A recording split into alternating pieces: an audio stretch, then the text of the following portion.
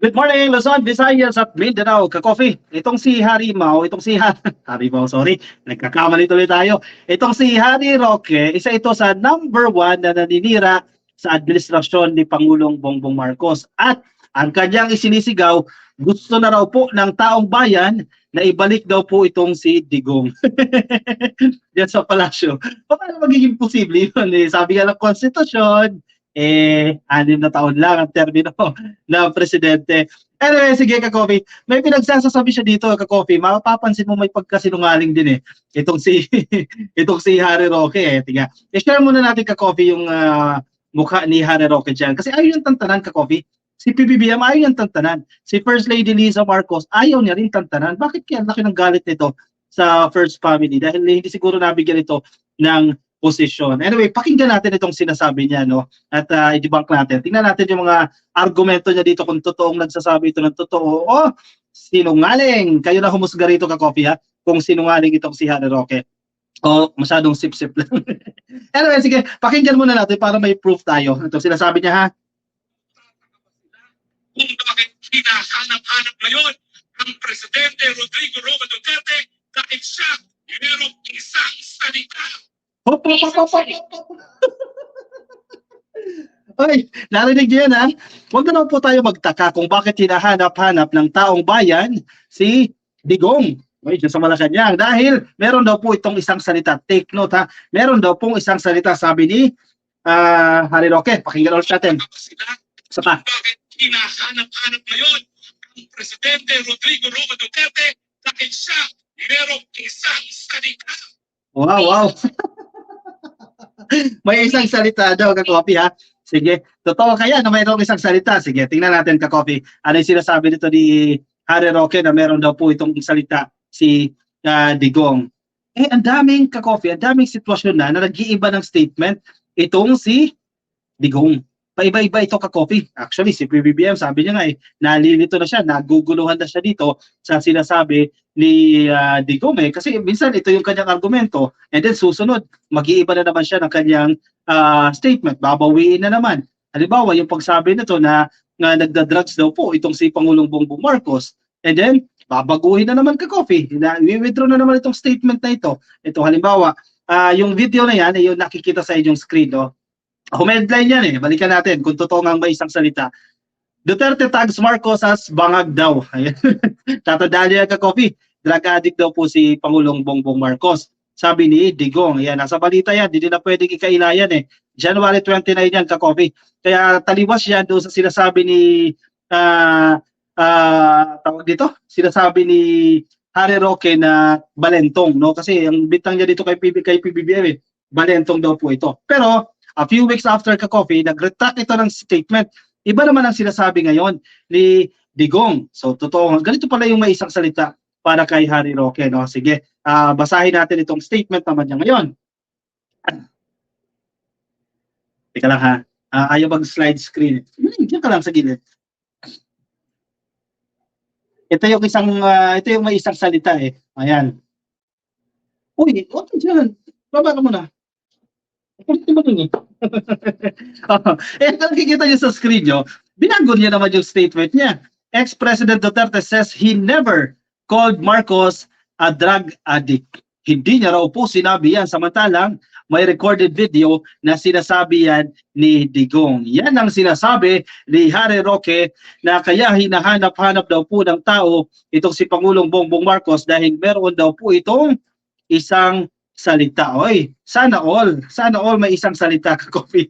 Tulad ng sinasabi na ito ni Harry Roque. Uy, ang galing talaga ni Harry Roque Ibang-iba talaga. Magtanggol ito kay kay Digong may isang salita. Isang instance pa lang yan ka-coffee. Hindi pa nagtatapos diyan. Marami pa pong mga patunay na tila walang isang salita itong si Digong taliwas doon sa sinasabi ni Harry Roque na meron po itong salita. Yan kasi banat kayo ng banat kay PBBM kayo na tuloy, bumabalik sa inyo yan Ito, halimbawa, itong isang instance pa, pangalawa na ito ka-coffee ng patunay na may isang salita. Isang salita, kuno, sabi ni Harry Roque. Sa usapin naman ka-coffee ng Mindanao, di ba? Ito.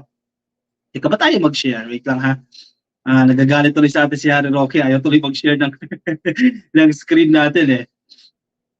Okay. Exit ko lang yung iba. Saglit lang. Diyan lang kayo. Tingnan natin yung mga patunay dito ni Harry Mau, no, na may isang salita si Digong kaya gusto nila dan PBBM. Oy, sige. Eto.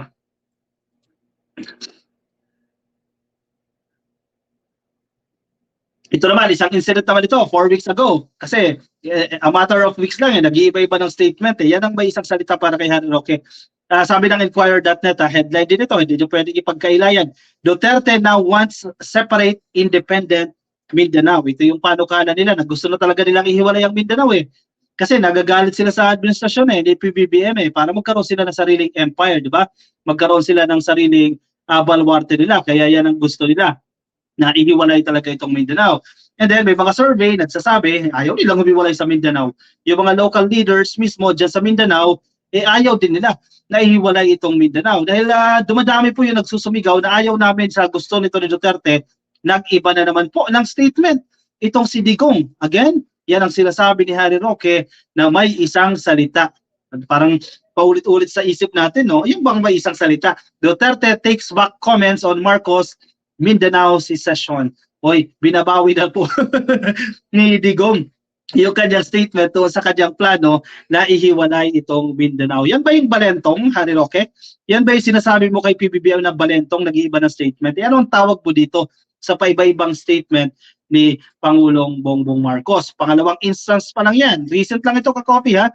Marami pang iba na instances na nag-iiba-iba ng statement itong si Pangulong Bongbong Marcos. Ito, isa pa. Usapin naman ka-coffee ng charter change. Isa din ito eh. Hindi mo rin maintindihan. Ano ba? Tutol ba ito sa Chacha? O pabor ba ito sa pagbabago ng ating konstitusyon? Kasi minsan, sasabihin ni Digong, ito yung kanyang opinion dito sa usapin ito ng Chacha, and then maya-maya magpapalit na naman. Halimbawa, sa balitang ito ka-coffee ng Philstar, no? Kung nakikita niyo sa inyong screen dyan, sabi niya, Rodrigo Duterte supports Chacha if, yan, susuportahan niya raw ang Chacha. Nang una, kung economic provisions lang, ayaw niya ng term extension. Di ba? Pero, susuportahan niya na daw kung hindi mag-benefit ang current administration. Gano'n naman talaga, di ba? Pagbaguhin yung konstitusyon, hindi yan mag-apply sa mga incumbents sa susunod na administrasyon yan. If ever man, hoping sila na si Sara Duterte ang magiging presidente, and then implement nila ito, ma-extend yung term, tiba-tiba sila dyan ka-coffee. Yan ay, asasang-ayunan niya yan. Pero, nag-iba na naman ang statement dito. Ito, susuportahan niya Chacha. Nung una, meron pa siyang may conditions pa siya ng una Pero ngayon, totally different na naman. At sa mga kanyang speeches ka-copy, iba na talaga ang sinasabi niya pagdating dito sa usapin ng Chacha na ito. Teka, share ulit natin ito. Pasensya kayo, hindi nag-slide screen Nag-slide show itong images So I have to stop share and then reshare itong mga images na to. Last na naman to. Last two na ito ka-copy. So, ang Pilipinas, actually, hindi lang si PBBM Gulong-gulo na dito sa mga nangyayaring ito, sa mga pinagsasasabi ni Digong, ano ba talaga, yung kampo niya, itong sila Harry Roque. Kasi yung mga supporters niya, yung mga alipores niya, ano ba si Harry Roque, yan si Glenn Chong, isa na rin yan nag-iiba-iba sila ng statement batay doon sa sinasabi ng kanilang principal na si Digong. O ito, sabi ng una, susuportahan ng Chacha. Doon, di ba, federalism, sinulog niya itong federalism Nababaguhin itong konstitusyon Gusto niya, baguhin. Pero ngayon, hindi na siya nakaupo, ayaw niya na, ino-oppose niya na itong Chacha. Ayan, Duterte debunks destabilization. Uso pa yan, yung may plano daw po itong mga ex-military officials, yung mga incumbent military officials na magkudita. Ito naman, bukod doon, ino-oppose na naman ang Chacha. So, just ko, pasensya na kayo Anong nangyayari? Bakit pa iba-iba ng opinion itong si Harry Roque? At itong si Digong na sinasabi ni Harry Roque na meron daw po itong isang salita. So marami na, confused na sa mga nangyayari dito sa mga pinagsasasabi ni Digong at nakakatawa dahil yan ang pinapalindigan ng kanyang kampo, ng kanyang baluarte. Halimbawa ito, Marcos admits he is now confused with Duterte's changing opinion. Paiba-iba na ka-coffee ng sinasabi itong si Digong. At naguguluhan na ang taong bayan, even our president, gulong-gulo na sa pinagsasasabi nito ni Digong. Nasasabihin ni Harry Roque, ito daw po ay may isang salita. O sige, pakinggan na ulit natin si pakinggan ulit natin si Harry Roque. Paano niya ito ipagtatanggol yung boss niya dito, no, na meron daw po itong isang salita. O, may mga napapaso dyan, Kakobi. Ang ano nyo kasi dyan gusto nyo mabash lang ang presidente. Sige, kahit magsinungaling na kayo, kahit wala ng katotohanan yung inyong sabihin, basta ang purpose ninyo, masira nyo ang administrasyon, masira nyo si PBBM dahil hindi kayo nabigyan ng posisyon. Dahil totoo naman ang gusto nyo, kontrolin itong administrasyon na ito Gusto nyo kayo magdikta sa desisyon ng presidente. Ang problema, hindi kayo nakakaporma, kaya nagkagaganyan kayo. Alright, sige, pakinggan ulit natin dito si Harry Mau sa kanya sinasabi na may isang salita daw po. Tika. Maganda sa timula. Kung bakit hinahanap-hanap ngayon Wow. ang Presidente Rodrigo Roa Duterte dahil siya mayroong isang salita. Wow! May isang salita. Alam talaga, meron ba talagang isang salita o paiba-ibang salita? O yan, patunayan mo ngayon yan. Boss, Harry Roque, patunayan mo ngayon. Ano yung mga pinagsasasabi mo dyan na meron isang salita si Digong na recently nga lang ipaiba-iba ng sinasabi. Actually, ito Ka-Coffee na sa pagbabasa-basa natin, nakikita natin na ginagamit lang daw nitong mga aspiring senatorial candidates na ito, no? Itong si Harry Roque, kasi malaking chance tatakbo sa pagkasenador yan Kasi umaasa siya na mananalo no? Kasi naka 11 million votes daw siya na nakalipat sa eleksyon. Yan yung mga loyalista So may mga chismis lang naman yan. Hindi verified. Sabihin nyo kasi kung chismis o hindi. So ginagamit lang daw nila si Digong. Atin natin lang ito Ginagamit daw po nila si Digong para makakuha ng boto. Kasi, di ba, malakas kasi sa opposition, ang main opposition natin ngayon yung kampo ni Digong. So kahit matanda na si Digong, kahit may sakit na, kahit hirap na itong magsalita, kahit hirap na itong maglakad, pilit nilang kinakaladkad doon sa mga political events nila, sa mga kampanya nila. Kasi hoping na makakatulong para maipanalo sila sa pagka-senador. So ginagamit lang nila si Digong. Kawawa naman ang matanda dito. Ginagamit din yun. Tuloy, kung ano-anong sinasabi, tuloy, yung reputasyon dito ni Digong nasisira. Sayang yung mga nagawa niya Di ba? Ang imahe ng tao kay Digong, ganito siya. Di ba? Pero dahil sa ginagawa ninyo, nasisira tuloy ang imahe niya. Kasi paiba-iba na ito Wala nang consistency. Ito mga pinagsasasabi ni Digong. Ano ngayon yan? Paano ngayon yan? Ginamit nyo lang ang matanda. Hoping kayo na mananalo kayo. Good luck kung makakalusot pa kayo. Good luck kung mananalo kayo sa 2025 senatorial elections. Kaya nagtatago lang yun sa prayer rally Kunyari lang yan na prayer rally, pero hindi naman talaga prayer rally yan Kampanya nila yan. Hoping sila na makukuha nila yung boto ng mga followers ng SMNI. Kasi ang paniniwala nila, 1 million daw po yung followers ng SMNI. Hindi pa rin po sapat yan. Yung 1 million na yan para manalo ka sa pagkasenador. At ang question nga dyan, totoo bang 1 million? Baka wala pa raw Di ba? May mga nagsasabi, baka 10,000 lang yan May mga nagsasabi na yung mga 50,000 lang yan, hindi aabot ng 1 million. Pero ang claims nila ay 1 million. So siguro, pinangahawakan nila yung claims na yan. Kaya sige, todo suporta sila kay Kibuloy kahit na mali ang ginagawa kasi naghahanap ng boto.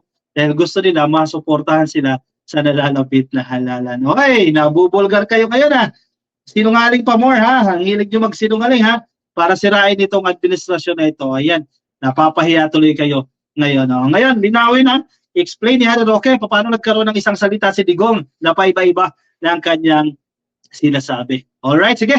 Ako ay magpapaalam na muna sa inyo, Ka-Coffee. Maraming salamat sa pagsama sa akin ngayon, Ingat po kayo, Nasaan man po kayong panig ng daigdig. Ingat po kayo. Alright, kung nasa Facebook po kayo at di pa kayo naka-follow sa ating Facebook page, yan. Nasa taas, click nyo lang po yung follow or like dyan sa Facebook. At kung ikaw naman, Ka-Coffee, nasa YouTube, ay click nyo lang po ang subscribe. Nandiyan po yan sa baba. Alright, ako magpapaalam na. Thank you everyone sa mga sumama sa akin. Ngayong araw po kita-kits ulit tayo sa ating mga future uploads. Maraming salamat po. Bye-bye! Ingat po everyone!